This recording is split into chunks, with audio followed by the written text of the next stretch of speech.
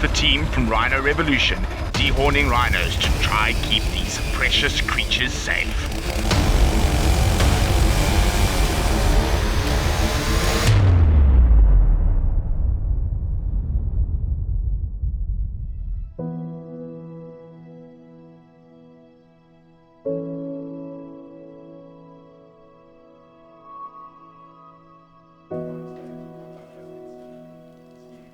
Rhino Revolution is a non-profit organisation committed to conservation through community-based education projects, anti-poaching and rehabilitation of endangered species through our orphanage.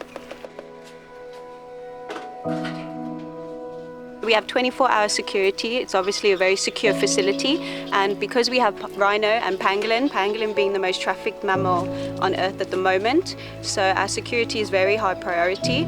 So we have 24-hour guards and then 4 members of staff. When we're working with orphaned rhinos, we don't want them to become habituated to humans and human contact. So we only have 2 members of staff, Philip and myself, that are working with hands-on with the rhino at the moment, and then 2 are the dedicated full-time members of staff that assist with the daily running and cleaning of the facility.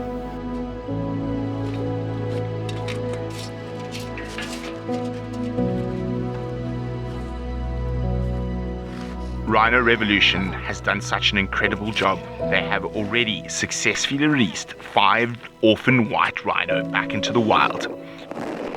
These 5 formed a crash and were released together.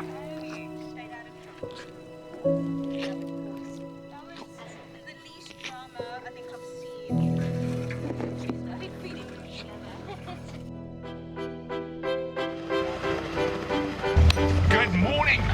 It is just after 6 o'clock in the morning. Very exciting day, but also quite a troubling day in terms of the future and what it leads to. We are out dehorning rhinoceros today. We joined the Rhino Revolution team as we attempted to dehorn the 5 orphan white rhino back in the wild, as well as 2 black rhino from their Black Rhino breeding program. This is an effort to deter poachers from targeting these special animals. If you decide to dehorn a rhino, you need to ensure that all rhinos in the reserve are dehorned so they cannot injure each other while fighting.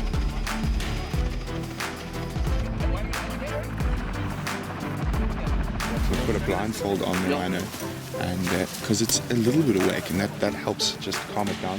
We also put earmuffs in, so to try limit the amount of sound that the rhinos can hear.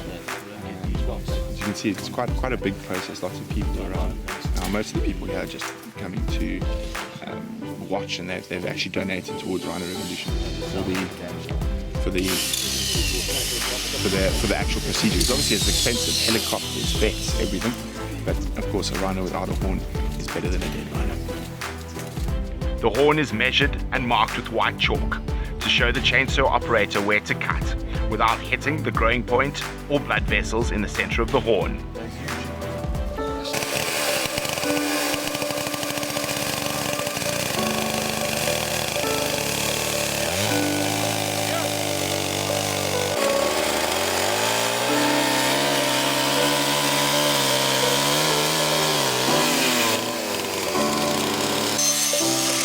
Finally, 2 different types of grinder discs are used to get the horn as low as possible.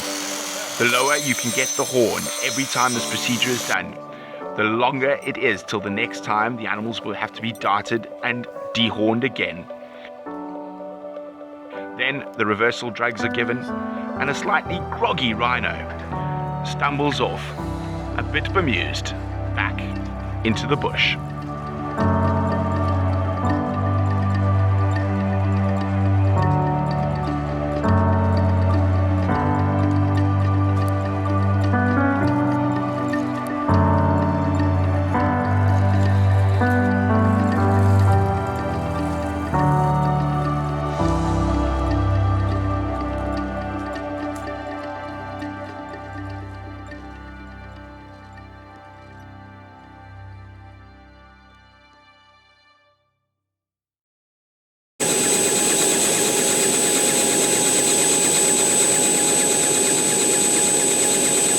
When searching for the rhinos, it's incredibly incredibly important to have good communication between the aerial and ground teams. And when it was time to go looking for the black rhinos, it was in an area that I know very well. So it was into the chopper and up, and away for me to search for black rhino with a vulture's eye view.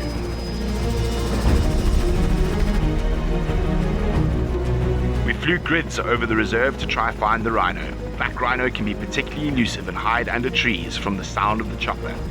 But some great tracking from Glenpool on the ground put us in the right spot.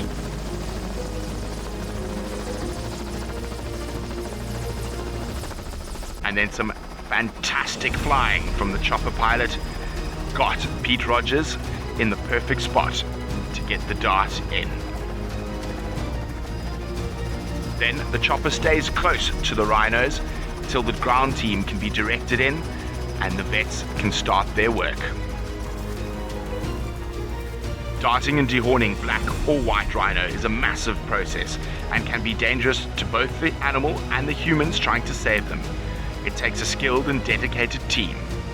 Firstly, a brake rope is put around the rhino's back foot to try guide the rhino into a good area where the team can work.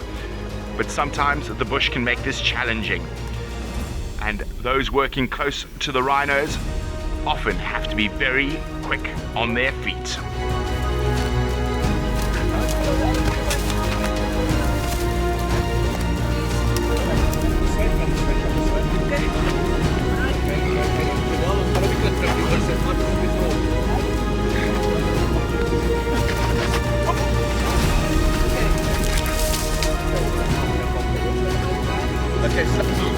Once the rhino is down, it's important to get them upright quickly to help their breathing.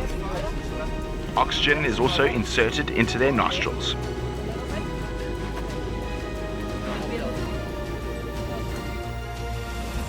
Now, of course, this is quite a stressful situation for the animals and the noise and the vibrations, but because of the rhino's metabolism, you have to give them a bit of an antidote to half wake them up. Otherwise their breathing slows too much and they can actually die. So there's always a risk when it comes to darting any wild animal, and rhinos in particular. So we've got a tip of the horn, everything's marked, microchipped. It's then going to go into a sealed bag when it's then going to be transported to a strong location that's not to be known.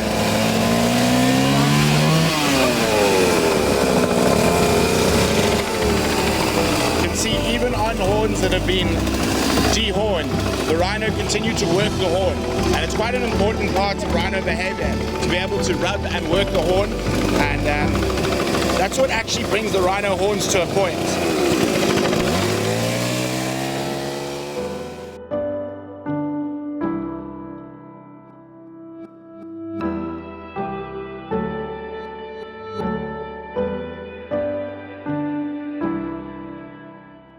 Now, of course, dehorning doesn't guarantee these little rhinos safety. It is just one of the many measures that are taken in protecting rhino in this day and age. Now, Rhino Revolution has a multifaceted attack when it comes to preventing rhino poaching. There's dehorning, there are anti-poaching patrols, there's education in the communities. It's a massive undertaking that Rhino Revolution have taken on to try protect these very, very special creatures. I, for one, would hate to see a world with no rhinos. Now, there's a couple of special thanks that are needed, of course, to Anna, Phil, Terry, Virginia, and the rest of the Rhino Revolution team who are doing a fantastic job and let us come along on this incredible experience. Richard Burns from Wild Skies Aviation, who donated his chopper and his time as the pilot to dart those rhinos, and of course Glenpool from Safari Wines, who drove the ground team, made sure they were in the right place at the right time, and of course Pete and Janelle from ProVet Veterinary Services. Now, the Rhino Revolution story is not over, and we're going to be looking at different facets of Rhino Revolution, including some of the anti-poaching and community work that they are doing. So keep tuned. like, share, subscribe to PaintedDog.tv if you want to keep up with the Rhino Revolution story. Also, in the link below, there is a tab of how you can donate to help save South Africa's rhinos. A massive thank you to our patrons on Patreon who are enabling us to get out there and get you the most amazing footage and take you on some real adventures looking at some of the more difficult conservation issues facing Africa's wildlife. If you would like to become a patron of PaintedDog.tv, the link is below.